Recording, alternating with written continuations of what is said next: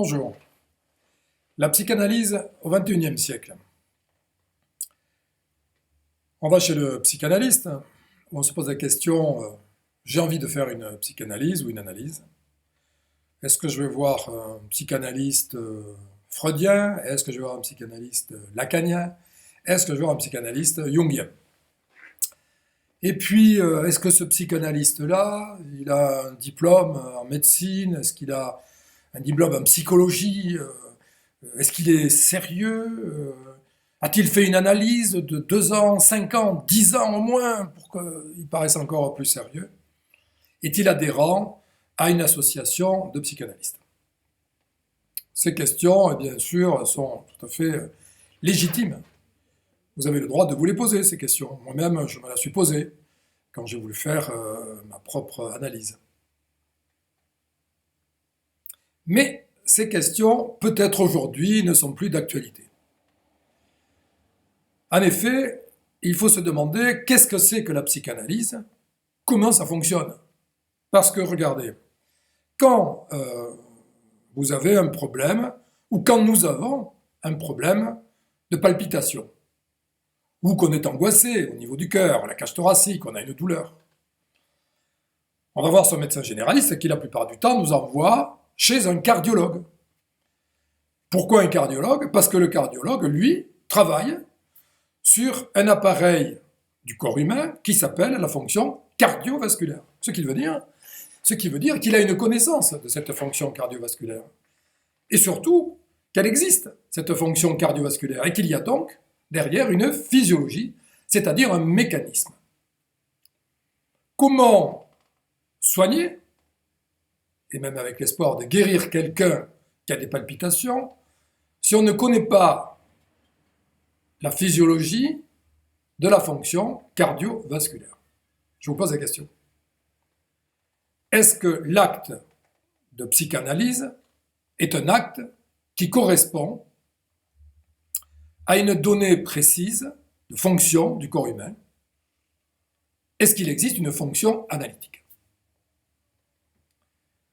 Cette fonction analytique, qui possèderait elle-même sa propre physiologie, qui, en se déréglant, eh bien, laisserait apparaître un certain nombre de symptômes qui vous amènent à consulter d'abord le généraliste, qui va vous envoyer vraisemblablement chez un psychanalyste.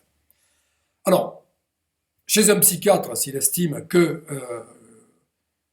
une thérapie médicamenteuse est nécessaire, chez un psychologue ou un psychothérapeute, parce qu'évidemment, il y a plusieurs possibilités pour aborder les problèmes psychiques. Mais quand il s'agit de remettre en ordre, quelque part, ce que nous sommes, c'est-à-dire quand la personne se sent égarée, mais pas égarée dans le sens de la dépression nerveuse, ou d'un problème peut-être plus grave, de la bipolarité par exemple, mais tout simplement ne plus être soi-même, ne plus être en accord avec soi-même.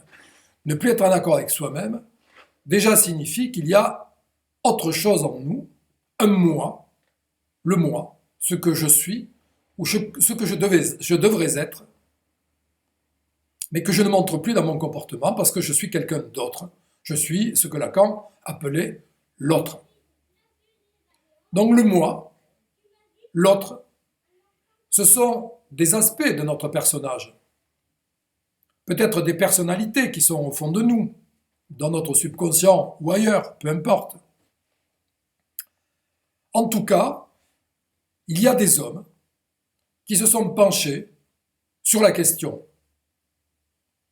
On dit que ce sont des psychanalystes. Ils étaient médecins avant, mais c'était surtout et avant tout des chercheurs, des gens qui ont cherché. Freud a cherché.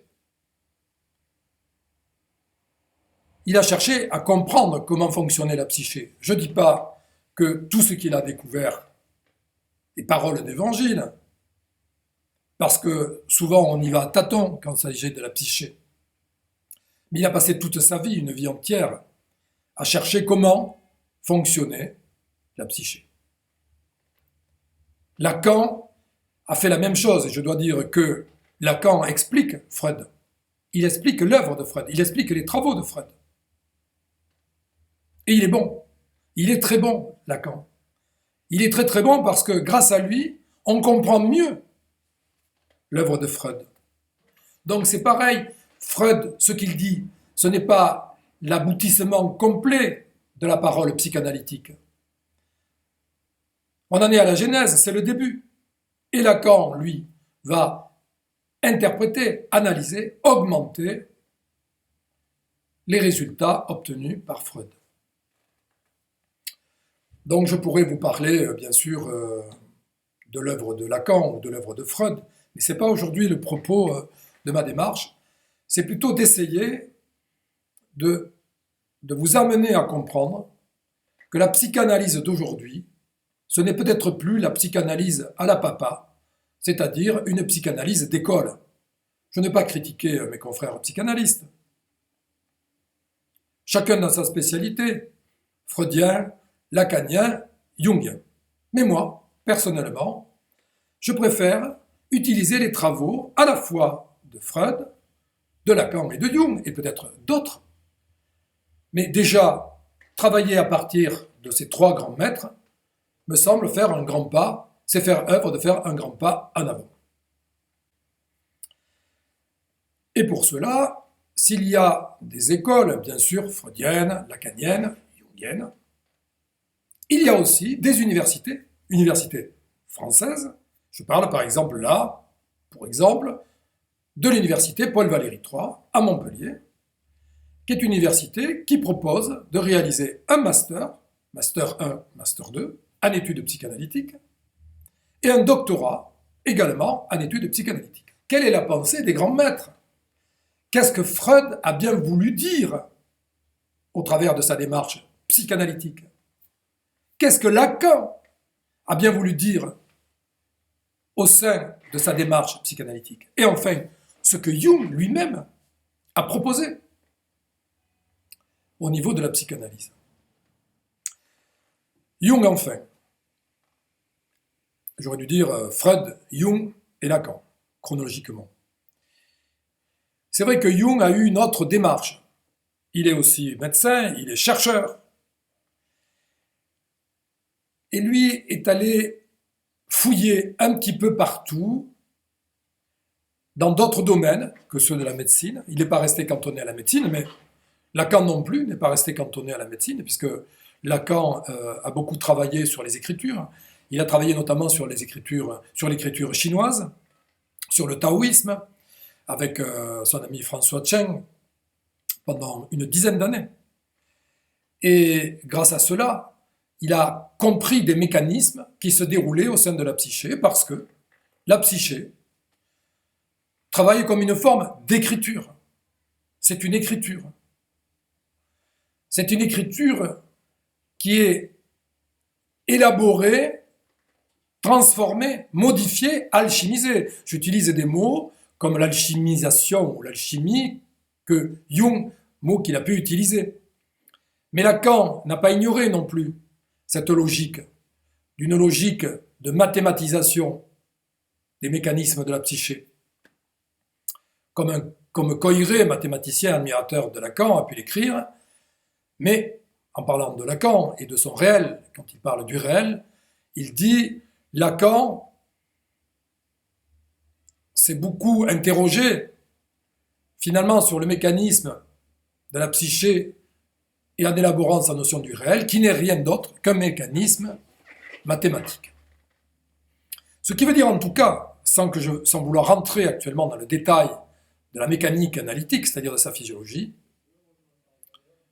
on peut déjà voir qu'au travers des recherches de Freud, de Jung et de Lacan, eh bien, il y a là, en tout cas, la matière nécessaire pour comprendre, voir et déceler l'existence d'une physiologie analytique que moi j'ai appelée la fonction analytique.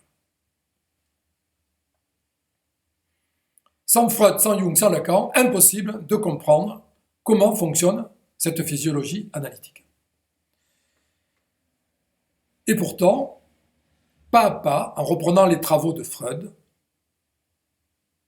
et notamment un petit texte qu'il a écrit qui s'appelle le bloc-notes magique, qui est un texte de quelques pages mais absolument extraordinaire, si vous allez cliquer sur Internet, bloc note ES magique, eh bien, vous allez découvrir, je crois qu'il a écrit ça en 1925, vous allez découvrir un véritable traité de l'informatique. C'est-à-dire, Fred compare la psyché à un appareil informatique, un outil informatique. Ça fonctionne de la même manière. Il ne le dit pas parce qu'il ne sait pas, l'informatique n'existe pas encore à cette époque-là. Mais il décrit la psyché avec sa fameuse ardoise, une ardoise, vous savez, c'est une ardoise sur laquelle on tire, on écrit, on tire, ça s'efface. Eh bien, il va en faire tout un commentaire de génie, parce que voilà, Freud c'est un génie. Et déjà, à travers de ça, on va comprendre qu'il y a des mécanismes spécifiques à une physiologie.